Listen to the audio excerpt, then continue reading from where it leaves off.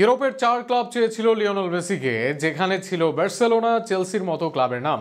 তবে inter Miami প্রত্যাখ্যান করে সেসব প্রস্তাবকে। বরং তার নামে এবার নিজেদের স্টেডিয়াম বানাতে যাচ্ছে আমেরিকান এই ক্লাবটি।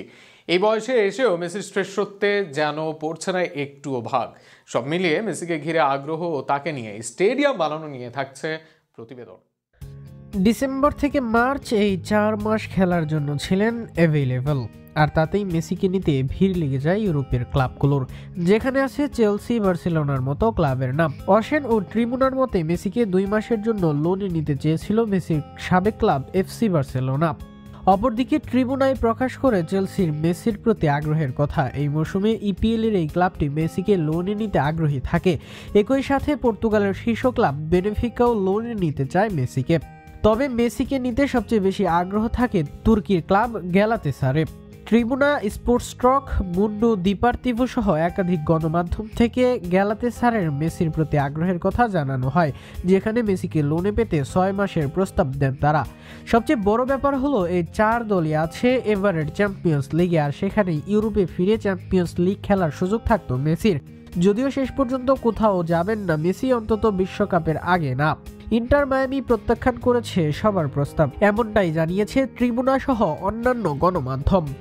মায়ামি মেসিকে তো ছাড়বেনই না, উল্টো তার নামে এবার তৈরি করছে স্টেডিয়াম। এতদিন সেজ স্টেডিয়ামে ম্যাচ খেলতো ইন্টার মায়ামি, এবার ম্যাচ খেলার জন্য নিজস্ব মাঠ পাচ্ছে তারা, আর সেটাই হচ্ছে মেসির নামে। মেসির নামে এবার মায়ামি তৈরি করছে লিওনেল আন্দ্রেস মেসি স্টেডিয়াম।